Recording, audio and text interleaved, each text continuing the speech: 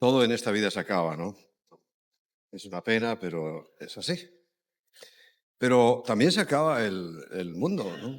Todo lo que vemos es finito, es temporal, cambiará drásticamente y para bien, para mucho mejor. Incluso pienso que mejor que cuando fue creado originalmente, ¿no? Por el Señor que hizo los cielos y la tierra con la sana intención de que nosotros lo habitáramos, lo administráramos y le hiciéramos un uso racional y correcto de él, ¿no? Pienso que será mucho mejor, porque lo que se promete es un cielo nuevo y una tierra nueva. Imagínate, donde ya, pues no es que Dios tenga errores, pero se subsanarán todos los errores que hasta ahora se han visto. No son de parte de Dios, evidente. Son de parte de nosotros, de los usuarios o destinatarios de estas peticiones tan grandes que hemos recibido, ¿no? Y para terminar en estos días, qué bueno sería, ¿no? Yo me imagino que en Hechos capítulo 2, cuando narra aquella aventura, que no duró mucho tiempo, la verdad, de que compartían todo, vivían juntos prácticamente, todos los días se veían, debía ser bonito. Por alguna razón no siguió. Y no siguió seguramente porque yo pienso que lo más importante es que había que hacer otras cosas. No podían estar todos los días ahí juntitos y en buena armonía, sino que había que ir a hacer la labor que como no salían, sabéis lo que hizo el Señor, ¿no? Se inventó a los romanos y los romanos lo sacaron. Y ya tuvieron que irse a donde tenían que ir porque estaban allí todos demasiado a gusto. Bien, cuando leemos la Escritura vemos que Timoteo fue un buen discípulo de Pablo, por tanto del Señor, y en su herencia, por así decirlo, él nunca descuidó nada, pero sí que sabemos que tuvo una excelente formación y su madre y su abuela sentaron en él unas bases fundamentales, porque la base fundamental para todo aquel que quiere servir a Dios es la palabra, la Escritura, ¿no?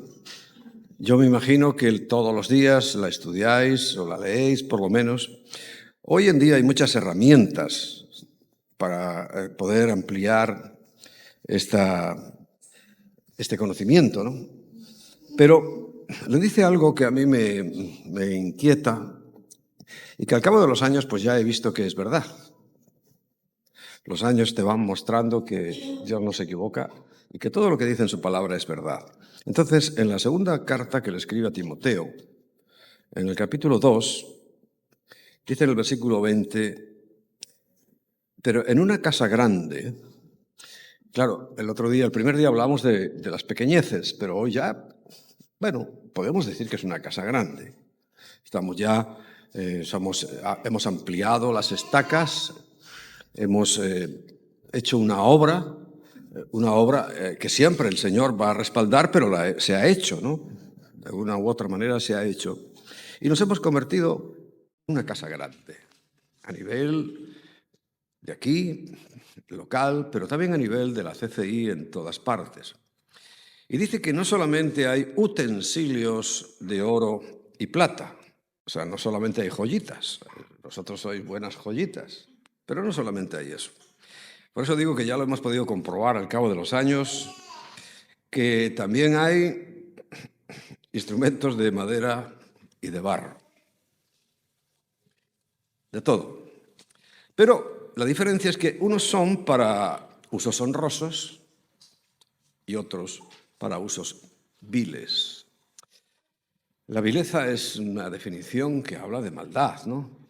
Pero aunque no hable de maldad, la vileza, que también a veces se habla de villanía, también se confunde con maldad, pero también está refiriéndose a cosas muy corrientes, demasiado corrientes. Evidentemente, recuerda que el Señor siempre nos está diciendo, por favor, atesora para ti oro plata y piedras preciosas. Porque estos instrumentos, bueno, la madera y el barro, pues no tienen mucha consistencia. Igual que cuando Pablo, escribiendo a los Corintios, le dice que también se puede atesorar madera, heno y hojarasca. O sea, eso ya, fíjate, eso depende de nosotros. Eso ya es una decisión propia. Y es una responsabilidad que nosotros tenemos que hacer. Y cuando uno lee estas cosas, y por eso lo quiero traer a tu mente ahora que ya pues vamos a volver a nuestro valle, a nuestras circunstancias habituales, a nuestros trabajos, estudios, etcétera, etcétera.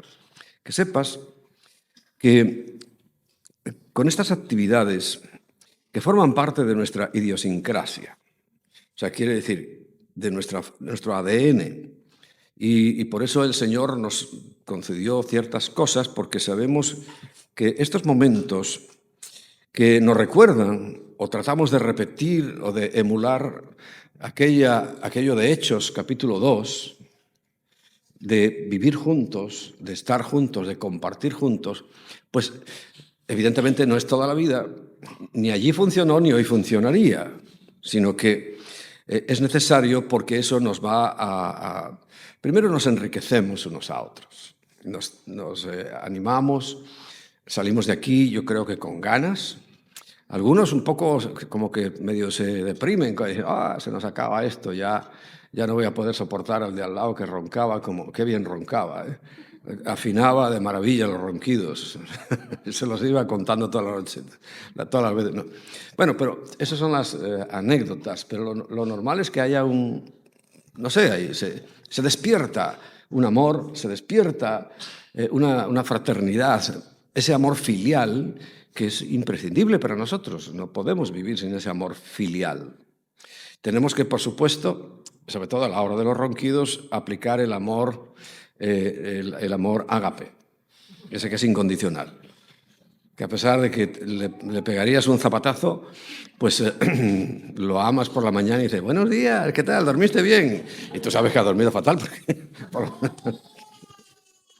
Bueno, pero son estas cosas que nos van edificando, porque la clave, Pablo nos revela que hay distintos instrumentos y distintas formas de edificar una vida, pero dice el versículo 21, así que si alguno se limpia de estas cosas, pues de las malas, ¿no?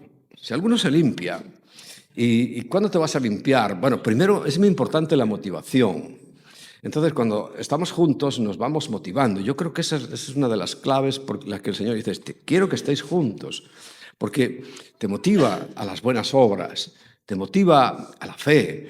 Estás de bajón y llegas, hay siempre alguien, un hermano tuyo que es entusiasta y te levanta el ánimo, ¿no? Todo eso se hace mediante esta convivencia. Nosotros la repetimos de semana en semana y además no solamente un día, porque tenemos, pues, establecimos la vigilia, también forma parte de nuestra idiosincrasia. Todas las semanas tener vigilia. Ahora también hemos incorporado ya a nuestra forma de ser todos los días devocional, menos el sábado y el domingo. Y van formando parte de algo que lo que tratamos es eso, de edificar, de unir y de hacer un cambio de uso. Ahora nosotros estamos haciendo esto con las tierras, ¿sabes? Para comprar barato hay que comprar cosas que no están calificadas. Pues si fuéramos a comprar aquí en el centro de Londres, te costaría 1 millón de libras el centímetro cuadrado. Sin embargo, por 1 millón de libras compramos todo este pueblo entero. La diferencia es notable. Pero hay que cambiar el uso, ¿no? ¿Compramos aquí? Hay que cambiar el uso, eso que se hace en lo civil. Y lo que Pablo nos está proponiendo es también cambiamos el uso. Lo que fuéramos, lo que hiciéramos, lo que realmente el Señor tiene en su mente y en su corazón es otra cosa muy distinta. Porque dice que si alguno se limpia de estas cosas, fíjate, dice, será instrumento para honra. Quiere decir que el uso vil, el uso corriente, incluso el uso malo, cambia para honra. Porque hay instrumentos para honra. Suponemos que son los de oro y de plata. Cae ahí por su propio peso. Pero da la esperanza de que aún los instrumentos, que está hablando del cuerpo de Cristo, porque recuerda, está preparando a Timoteo para administrar el cuerpo de Cristo, te vas a encontrar gente deshonrosa, gente vil, gente mala, gente que no cumplen con los requisitos. Pero precisamente el ser cristianos va mucho más allá de simplemente llevar ese calificativo de Cristo, porque Cristo no es un nombre, es una categoría, es el ungido, ¿no? Por tanto, nosotros, si nos llamamos cristianos, somos ungidos. También es un grupo de ungidos, de creyentes, cristianos, porque el nombre es Yeshua, ¿no? Y su oficio, el ungido, entre otros muchos. Así que si alguno se limpia de estas cosas, dice que será instrumento para honra, para honra. Y claro, pues a veces conocemos el historial de algunos de vosotros, y para bien, lo digo, porque evidentemente ha habido un cambio de uso. Ha habido una transformación o se está produciendo. Y la siguiente característica es santificado. Quiere decir que esta es una cualidad que nosotros tenemos que buscar también, porque la santificación, por supuesto, todo viene de Dios. Todo. No tenemos nada absolutamente, pero olvídate de cualquier cosa, nada, empezando por la vida, que no venga de parte de Dios. Pero uno tiene también que tratar de santificarse, porque la santidad es apartarse de algo para un uso nuevo. Y estamos hablando de un cambio de uso. Instrumentos útiles, instrumentos santos. Y todo lo del templo, sabéis que era santo, no por la forma ni por el material, que también era de oro y de plata y de todo eso, sino por el uso. Porque nadie podía usar aquello. Y sabéis lo que le ocurrió al nieto de Nabucodonosor cuando, para una especie de juerga, orgía que él tenía organizada, sacó los utensilios del templo que estaban santificados para ese uso. Y fue su ruina. Esa misma noche perdió el reino. Pues eso es lo que nosotros tenemos que decir: Señor, yo quiero ser un instrumento para honra, que te dé honra a ti. Quiero ser alguien santificado, o sea, que me aparte, porque entonces me convertiré en útil al Señor. Me podrá usar. Fíjate cómo ha cambiado el panorama. Cuando tú lees la primera parte, dices, bueno, pues yo soy madera y barro para uso vil. Pero estamos hablando de que hay posibilidades, en Cristo las hay. Es que es la grandeza y la maravilla de creer en Cristo, es que no nos va a dejar como estamos, ni como llegamos. Llegamos mal, muchos hemos llegado mal al Señor. Tenemos que reconocerlo. Y hemos visto también, y estamos viendo, porque es un proceso, cómo nos va transformando, cambiando el uso. Y llega un punto pues que nos convertimos en útiles para el Señor. Y nosotros dispuestos para toda buena obra. Y fíjate, en esta congregación local, en Londres, es increíble la disposición que hay para esto. Y también esta transformación. Sé que a partir de la decisión de limpiarnos de estas cosas, limpiarnos de nuestro pasado, limpiarnos de las circunstancias, porque a veces ni siquiera lo hemos elegido. La mayoría de las cosas que en nuestra vida nos rodean ni siquiera son elecciones nuestras, otras sí, elegimos mal, pero otras son consecuencia de que alguien eligió por nosotros, porque no teníamos capacidad o por no quisimos o por lo que sea, y eligió mal. Y estamos llenos de esas malas decisiones, malas elecciones. Pero la esperanza nuestra y la maravilla, repito, es que sea como sea nuestra vida, hayamos sido todo lo deshonrosos que quieras, aquellos usos viles, incluso viles, malos, se puede cambiar. ¿Lo crees? Se puede cambiar. De hecho, aquí hay algunos que estáis cambiados, muy cambiados, incluso ha mejorado la cara. Dice en España que la cara, el rostro, es el espejo del alma. Y es así. Cuando hay un alma atormentada, el alma, ¿no? La psiquis está atormentada, lo refleja el exterior y lo refleja la cara. Y lo mismo ocurre cuando el alma se sana, el alma está contenta, el rostro se hermosea. Una vez le preguntaba a alguien a Emma, bueno, ¿cuál es tu secreto para permanecer así, con siempre aspecto joven y guapo? Y después la hermosura del espíritu, porque no es broma. Ella decía, Espíritu Santo, hermoséame y vivifícame, porque es una tarea. Y tú vives... ¿eh?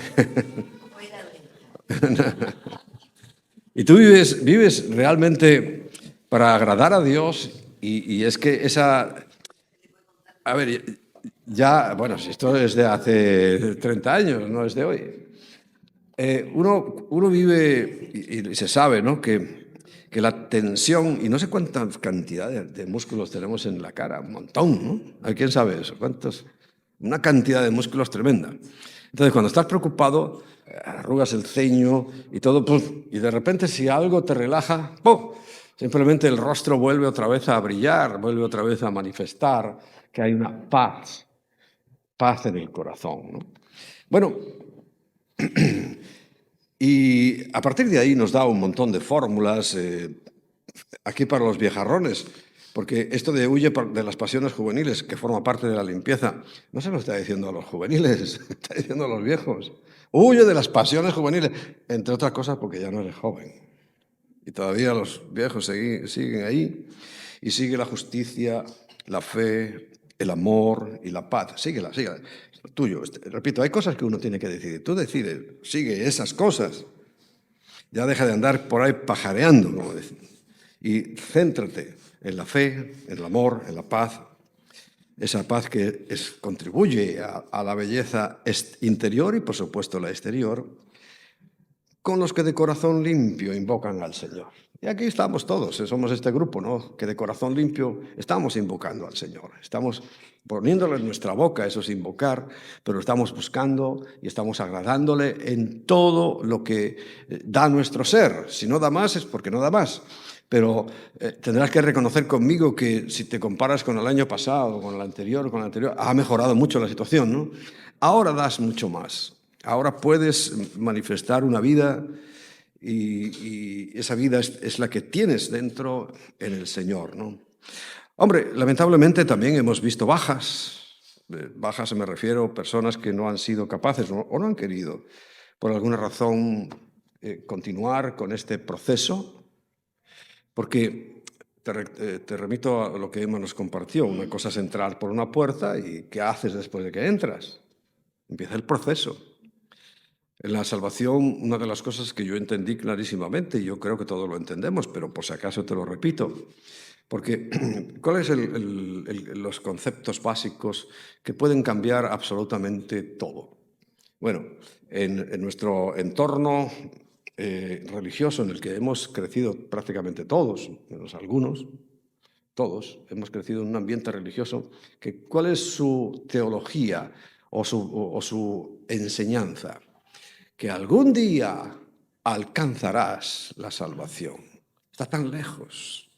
Y es la meta, es el final. Pero ¿cuál es la teología bíblica y por tanto la nuestra? Que es el principio.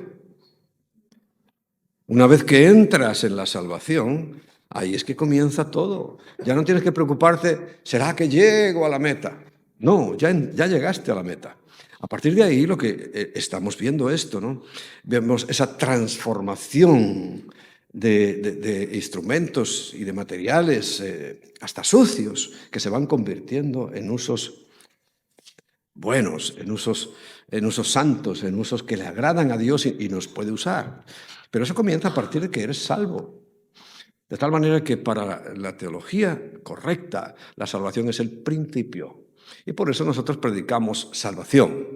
No predicamos, ven a la iglesia, sino ven a Cristo. Él es la puerta. Y por esa puerta entramos, y el que no entra por esa puerta además no ha entrado a ninguna parte. Y por esa puerta ya, a partir de ahí, es como vemos, todo lo que tengo aquí por delante. Y tenemos que empezar a explorarlo. Y tenemos que empezar, y sabes que cada uno de nosotros ha recibido un don mínimo, y ha recibido habilidades y cualidades que vamos a ir desarrollando y desarrollando y desarrollando. ¿Qué pasa? Que a veces somos tan torpes, o forma parte del proceso, y nos estancamos. Y en esos estancamientos precisamente es cuando yo veo esta idiosincrasia nuestra de buscar las convivencias.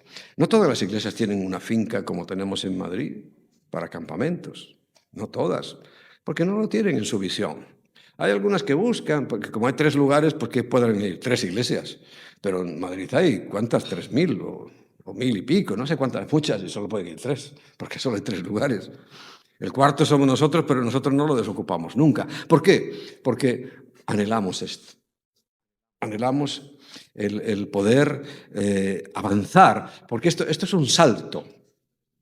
Esto podía haberse logrado y se logra a través del tiempo y todas las semanas, pero estos momentos son un salto cuantitativo y cualitativo, o sea, de calidad en cuanto a nuestra formación, a nuestro desarrollo. Aquí, pues yo veo ahí cuando veo a algunos con la radio, con esto. Eso es importante, ¿eh? Es importante el servicio hasta el más mínimo detalle. Y siempre el Señor lo va a apreciar. Y nosotros también, ¿eh? Quiero que lo sepas, que lo apreciamos. Y para mí es como un termómetro para medir dónde estamos, qué está haciendo cada uno, cómo se está moviendo el Espíritu Santo en ellos, porque evidentemente Él es el que va a lograr este cambio. Y este cambio tenemos que trabajarlo. Los líderes, pastores, siempre vamos a estar en esa misma actitud y tendencia, porque el Espíritu Santo nos llamó a eso, porque el Señor mismo nos llamó a eso, y nos capacita también de manera sobrenatural para hacer ese trabajo, aunque no hayamos pasado incluso a lo mejor por una universidad, pero es que la universidad más grande es la presencia del Señor que nos va guiando. Pero también nos preparamos, también nos esforzamos, también estudiamos la palabra y estudiamos todas sus facetas. Sabemos que esto está escrito en un idioma que tal vez la traducción no ha sido la más correcta, y sabemos todas esas cosas, pero lo más importante siempre va a ser la obra del Espíritu en nosotros. Por tanto, pues agradécele a Dios que te ha hecho esta transformación, ¿no? Y aquí mismo, pues el apóstol Pablo le dice a Timoteo unas cualidades, y con esto ya termino, de la palabra de Dios, que es la que va, porque la palabra, ¿recuerda quién es la palabra? Cristo. Y el verbo, la palabra, se hizo carne y habitó entre nosotros. Por tanto, la palabra, y esto que tienes en tus manos no es un simple libro, no son simples letras, es una palabra que, como aquí la define, que toda escritura, en primer lugar, es inspirada por Dios. Esto se han ocupado los que nos han precedido, de que la firmeza, la limpieza de lo que tenemos hoy delante de nosotros sea lo mejor. Por eso yo a veces también dudo que ahora, ¿por qué en los tiempos de la confusión en los que vivimos, por qué tantas versiones? ¿Qué pretenden con tantas versiones? ¿Confundir? Sí.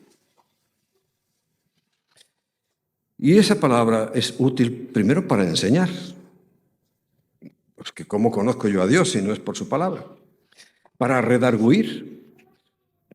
A veces simplemente por la conciencia, porque recuerda que Dios nos hizo con un diseño y como Emma nos estaba explicando, nosotros somos espíritu, alma y cuerpo, pero el espíritu tiene unas funciones.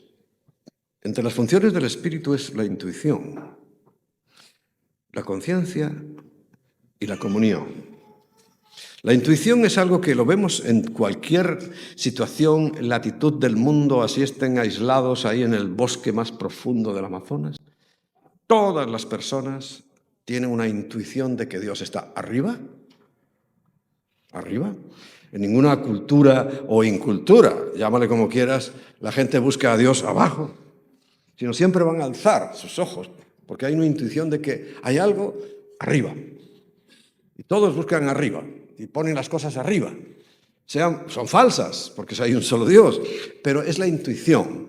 ¿Qué ocurre? Cuando esa intuición es dirigida, ¡pum!, nos encontramos con que encontramos a Dios que está arriba, ¿no? Porque eso está escrito en el corazón. El que recuerda, la eternidad está escrita en el corazón del ser humano. Por supuesto, la conciencia. La conciencia nos dice la ley. Una conciencia correcta nos dice la ley. Moisés la compiló, vamos a llamarle, y la ordenó. Pero es una ley que ya existía. Así es que además en el propio sentido común, fíjate que aún en el mundo civil hay una forma de legislar que es la ley natural. Es que hay cosas que no tienen otro sentido. Es que no puedes buscarle otra cosa, es natural. Pero no es natural, es de Dios, que escribió la eternidad en el corazón del hombre, con ese deseo de buscarle y con esa conciencia o consciencia que nos enseña, nos informa. Y tú sabes lo que está bien y lo que está mal. ¿Por qué a un niño lo pillas? Primero, nunca le enseñaste que tenía que hacer ciertas cosas. Y cuando lo pillas, ¿qué hace? Su conciencia le dice, me han pillado, está mal. Si fuera inocente, diría, bueno, ¿qué pasa? ¿Qué estoy haciendo? Solo he roto el televisor. ¿Qué es eso? No pasa nada. Sabe que lo ha hecho mal, porque ahí está esa conciencia o conciencia que nos informa. Y por supuesto, lo que hay que despertar es la comunión, la unión con el Creador. Cuando eso se logra, y es lo que hemos logrado, los que estamos aquí y otros miles y millones de personas, pues claro, eso es que nos convierte que nuestro espíritu despertó y ahora vive. Pero el trabajo, y lo que estoy ahora diciendo, es lograr que sea el Espíritu el que realmente tome el control con el Espíritu de Dios para que ya el resto de las funciones, el alma y el cuerpo, obedezcan al Espíritu. Es una tarea, ¿verdad? Algunos ya llevamos años y es una tarea dura, porque la carne se resiste y pelea y pelea y pelea, porque es muy falsa. Y dice, sí, pero en cuanto te descuidas, ¡ras!, te vuelve otra vez a las andadas, porque es nuestra lucha. Pero ahí está precisamente esto que hablamos de que hay instrumentos para honra e instrumentos para deshonra. Pero todos podemos llegar, por medio de esa limpieza, de ese proceso, a ser instrumentos para honra. Instrumentos santos, útiles para el Señor. Ese es cuando nos redarguye. También nos corrige, dice el versículo 16. Estamos capítulo 3, versículo 16. Corrige y nos instruye en justicia y nos convertimos en maestros de justicia. El propósito, pues ya lo he dicho este tiempo y con esto vamos a terminar porque el versículo 17 lo resume. A fin, o sea, con la finalidad de que el hombre de Dios, el ser humano de Dios, sea perfecto, sea no que es, sino que sea. Caminamos hacia una perfección enteramente preparado para toda buena obra. ¿Qué os parece? Es un buen plan. Así que no dejes que Satanás te engañe y digas, oh, yo soy de esos instrumentos para deshonra. Sí, seguramente. Pero recuerda, el Señor y la palabra, su presencia, el Espíritu Santo, va a hacer que tú seas un hombre, una mujer de Dios, tendente a la perfección y que vas a ser usado porque estarás preparado para toda buena obra. Amén.